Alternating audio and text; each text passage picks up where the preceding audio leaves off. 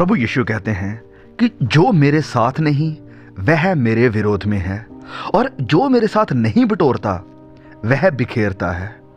और इसी पॉइंट को थोड़ा और क्लियर करते हुए प्रभु यीशु फिर कहते हैं, कोई आदमी दो मालिकों की खिदमत या सेवा नहीं कर सकता, क्योंकि या तो वो एक से दुश्मनी रखेगा और दूसरे से मोहब्बत, या एक के साथ वो मिला रहेगा और दूसरे को नाचीज जानेगा। मत्ती अध्याय 6:24।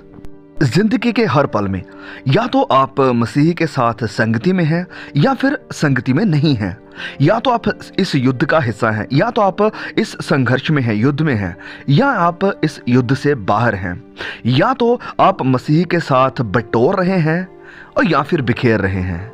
नाउ आगे जाने से पहले मैं आपसे रिक्वेस्ट करूंगा, अगर आपने अभी तक चैनल को सब्सक्राइब नहीं किया हुआ है, प्लीज़ भाइयों बहनों आपसे रिक्वेस्ट है, प्लीज़ चैनल को सब्सक्राइब जरूर कीजिए और भी भाई बहनों तक इन वीडियोस को, चैनल को जरूर पहुंचाइए। चलिए वीडियो को कंटिन्यू करते हैं।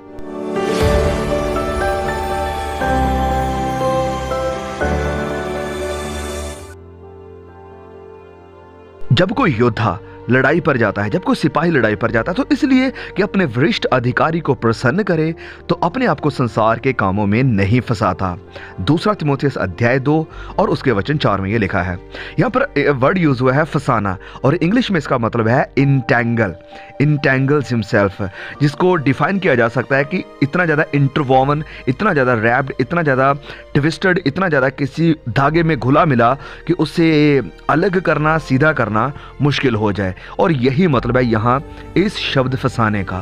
आप अपने दिमाग में एक पिक्चर बना सकते हैं, कल्पना कर सकते हैं एक पंछी की जो कि फंसा हुआ है जाल में या पिंजरे में, और जितना ज़्यादा वो अपने आप को उससे आज़ाद करने की, निकालने की कोशिश करता है, उतना ज़्यादा वो उसमें फंसता जाता है और अपने आप को चोटिल यानी जख्मी करता जाता है। और बिल्कुल इसी तरह से गुनाह चाहे छोटा हो या बड़ा, हम इसमें इतने ज़्यादा जकड़े और पकड़े हुए हो सकते हैं कि इस गुनाह से बाहर निकलना हमारे लिए बहुत ही ज़्यादा मुश्किल हो जाता है। नीति वचन अध्याय 5 और उसके वचन 22 में यूँ लिखा है कि दुष्ट अपने ही अधर्म के कामों में फंसेगा और अपने ही पाप के बंधनों में बंधा रहेगा। क्या आप किसी गुनाह में जकड़े हुए हैं, वो चाहे छोटा है या बड़ा है? क्या आप उससे आज़ादी चाहते हैं, इससे बाहर निकलना चाहते हैं? किसी ने बहुत खूब कहा है कि लोग गुनाह में गिरते नहीं हैं, वह इसमें बह जाते हैं।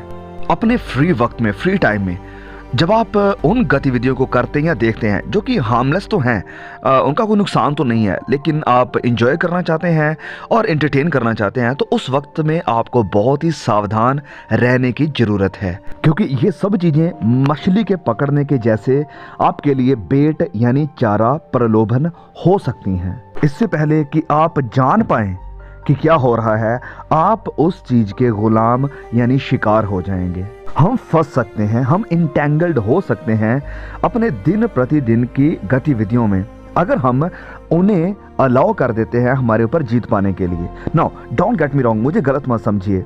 यस, ये सारी चीज़ें, सारे अफेयर्स लेजिटिमेट यानी जायज़ हो सकते हैं, जैसे कि हमारा परिवार, हमारी हॉबीज़, हमारा कैरियर, हमारा काम, जॉब, ये सब कुछ। But they can pull us in so tightly, वो हमें अपनी तरफ इतना ज़्यादा खींच सकते हैं, हमें इतना दबा, इतना फंसा सकते हैं कि हम इससे बाहर नहीं निकल सकते हैं, ताकि हम अपने वरिष्ठ अधिकारी, अपने कमांडर खुदावंद मसीह यीशु की बुलाहट को यानी कॉल को पूरा ना कर सकें। आप बहुत ही आसानी के साथ फंस सकते हैं जब आपकी जायदाद, आपकी चाहतें और पाने की ख्वाहिशें आपको जब दबा लें, आपके ऊपर जब हैवी हो जाएं।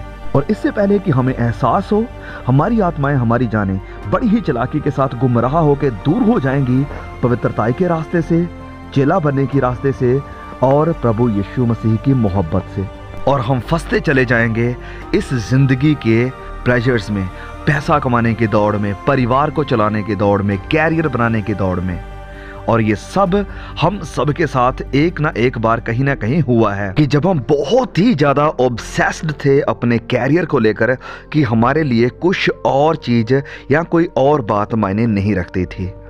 बहुत ही ज़रूरी चीज़ें जो कि हमारी ज़िंदगी हैं, जैसे कि पढ़ाई लिखाई, हमारा काम, जॉब, बिल पे करना, खाने का इंतज़ाम करना, परिवार की ज़रूरतें, ये सारी चीज़ें बड़ी ही चालाकी के साथ हमें फंसा सकती हैं, हमें गुमराह कर सकती हैं, हमें इंटेंगल कर सकती हैं कि हम आत्मिक युद्ध से बाहर निकल जाएं और फंसे रह जाएं सिर्फ शरीर, संसार और शैतान की ख्वाहिशों में, बातों में या चाहतों में।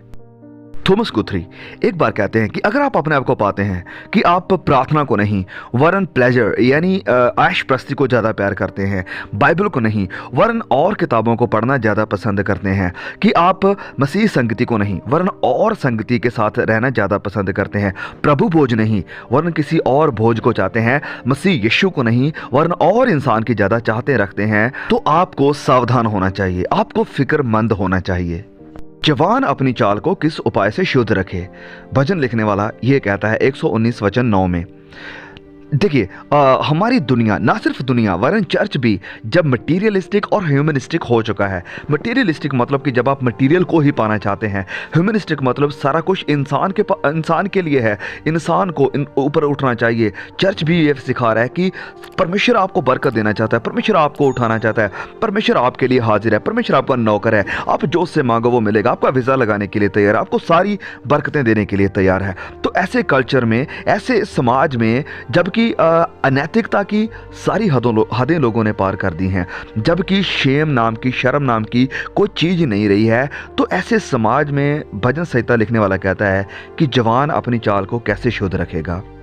और फिर जवाब आता है कि तेरे वचन का पालन करके। लेकिन ऐसा क्यों? क्योंकि परमेश्वर का वचन ही है जो हमें बुद्धिमान बनाता है, वही है जो हमें दिखाता है सच्चाई क्या है। परमेश्वर का वचन ही है जो हमें दिखाता है कि दुनिया किस तरफ जा रही है, दुनिया का एंड क्या है। परमेश्वर का वचन ही है जो हमारे पाँव के लिए, हमारे राहों के लिए रोशनी है, यानी ज्योति है। और फिर क्योंकि वचन हमसे ये कहता है कि संसार और इसकी अभिलाषाएं दोनों मिटते जाते हैं, पर जो परमेश्वर की इच्छा पर चलता है वह सर्वदा बना रहेगा, वह हमेशा बना रहेगा। पहला ही होना अध्याय 2 वचन 17। तो मेरे प्रियो, शरीर का अभिलाषाएं, संसार की चाहतें, ये सब कुछ खत्म होने वाला है, मिटने वाला है। सदा क्या बना रहेगा? वो इंसान जो परमेश्वर की इच्छा पर चलता है, परमेश्वर की इच्छा पर चलता है। आपकी आत्मा सदा बनी रहेगी, आपके अंदर जो जान है वो सदा बनी रहेगी, ये कभी खत्म नहीं होगी, ये कभी मिटने वाली नहीं है। आज बहुत से जवान मुझसे कहते हैं कि मैं व्यभिचार में फंसा हुआ हूं, मैं पोर्नोग्राफी में फंसा हुआ हूं। ओ भाई, बाहर निकल इससे, बाहर निकल इससे। ये शरीर जिसके साथ आज तू व्यभिचार कर रहा है, ये शरीर जिसको खुश करने में आज तू लगा हुआ है, ये एक दिन मिट्टी में जाएगा, ये एक दिन गल जाएगा, सड़ जाएगा, खत्म हो जाएगा, और 10-20 साल के बाद इसके अंदर ताकत नहीं रहेगी। लेकिन जो अंदर आत्मा है उसे तेरी इस शारीरिक ख्वाहिशों का खामियाजा भुगतना पड़ेगा, तेरी आत्मा को तेरे गुनाहों का लेखा देना पड़ेगा। वचन कह रहा है कि इस शरीर की चाहतें, संसार की चाहतें खत्म होने वाली हैं, लेकिन जो परमेश्वर की मर्जी में है, जो वचनों के अकॉर्डिंग है, वो सदा बना रहेगा। अब गुनाह से कैसे बाहर निकलेंगे, कैसे आज़ाद हो सकते हैं? कई बार इसके ऊपर हमने वीडियोस बनाई हैं, कई बार बताया है।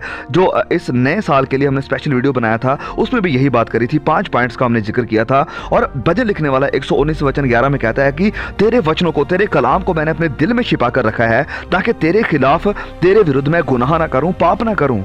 तेरे वचनों को, तो जब खुदा के वचन आपके दिल में है, जब आप लगातार परमेश्वर के वचनों के ऊपर मेडिटेट कर रहे हैं, जब आप लगातार प्रार्थना करके इन वचनों के सामर्थ्य को लेकर जिंदगी को गुजारने की कोशिश कर रहे हैं, तो फिर कोई गुनाह आपके ऊपर हैवी नहीं हो सकता है, जब आप परमेश्वर के वचनों में बने हुए हैं। तो मैं पहले भी कई बार इस बात को कहा है कि या तो गुनाह आपको परमेश्वर के वचनों से दूर रखेगा, या फिर परमेश्वर के वचन आपको गुनाह से दूर रखेंगे, आपको पाप से दूर रखेंगे। प्रोवर्ब्स अध्याय 4 वचन 23 में लिखा है कि अपने दिल की खूब हिफाजत कर, अपने मन की रखवाली कर, हिफाजत कर, क्योंकि जिंदगी का सर चश्मा वही है, जिंदगी का मूल स्रोत यानी चश्मा वही है। क्या? दिल, मन, इसकी हिफाजत कर कि इसके अंदर कौन से ख्याल आ रहे हैं, क्या सोचता है, किसकी तरफ भागता है, क्या पाना चाहता है ये। अब सवाल ये होगा कि हम अपने दिल की रखवाली कैसे करें, अपने मन की हिफाजत कैसे करें। इसे वचनों के अकॉर्डिंग चलाकर, वचनों के साथ इसे भर के, वचनों के मुताबिक इसकी रखवाली करके। संत पौलुस भी इस बात में ऐड करते हुए कि जवान अपनी चाल को कैसे शुद्ध रखे, वो कहते हैं कि इसलिए हम औरों के समान सोते ना रहें, पर जागते और सावधान रहें। पहला थिस्सलुनीकियों अध्याय 5 वचन 6। वो शख्स, वो इंसान जो सोया रहता है, वो नहीं जानता कि कितना बड़ा डेंजर, कितना बड़ा खतरा उसके इर्द गिर्द घूम रहा है। सपोज अगर इंसान सो रहा है तो कितना भी बड़ा सांप उसके ऊपर आकर बैठ जाए, कितना भी बड़ा डेंजरस जानवर उसके आसपास घूमता रहे, उसे कुछ पता नहीं होगा। सो इसी तरह से वचन में कहता है कि हम जागते रहें, सोते ना रहें, क्योंकि ये वक्त सोने का नहीं, जागने का वक्त है। कि आप संसार में घूमते रहो, आपको पता ही नहीं है कि आपके आसपास क्या हो रहा है, दुनिया किस तरफ जा रही है, कैसे बाइबल की भविष्यवाणियाँ पूरी हो रही हैं। जितना हमारा मन, जितना हम अपनी उम्मीदों को लगा कर रखेंगे स्वर्ग की तरफ, परमेश्वर के राज्य की तरफ, प्रभु यीशु के दूसरे आगमन की तरफ, उतना ही हमारी नज़रें उठी रहेंगी हर तरह से गलत कामों की तरफ से, संसार की ख्वाहिशों से और संसार के किसी भी तरह के जाल से जो हमें फंसाने की कोशिश करता है।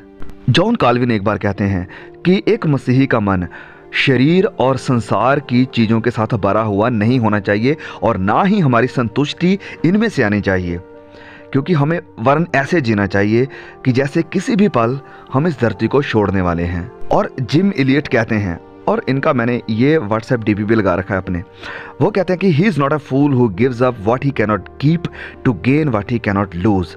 कि वो मूर्ख नहीं है जो उस चीज़ को दे दे जिसे वो अपने पास रख नहीं सकता, उस चीज़ को पाने के लिए जिसे वो कभी खो नहीं सकता। सो एक जवान, एक मसीही अगर पवित्र शुद्ध जिंदगी जीना चाहता है तो उसे इसे घुटनों के ऊपर जीना पड़ेगा। व्हाट आई मीन, प्रार्थना में। क्योंकि जब आप प्रार्थना में हैं तो आप गुनाह में नहीं रह सकते हैं, और जब आप गुनाह में हैं आप प्रार्थना में नहीं बैठ सकते हैं। प्रार्थना एक बहुत बड़ी ताकत है, एक बहुत बड़ा हथियार है जो आपको गुनाह की ज़िंदगी से बाहर निकाल सकती है। प्रार्थना, यस।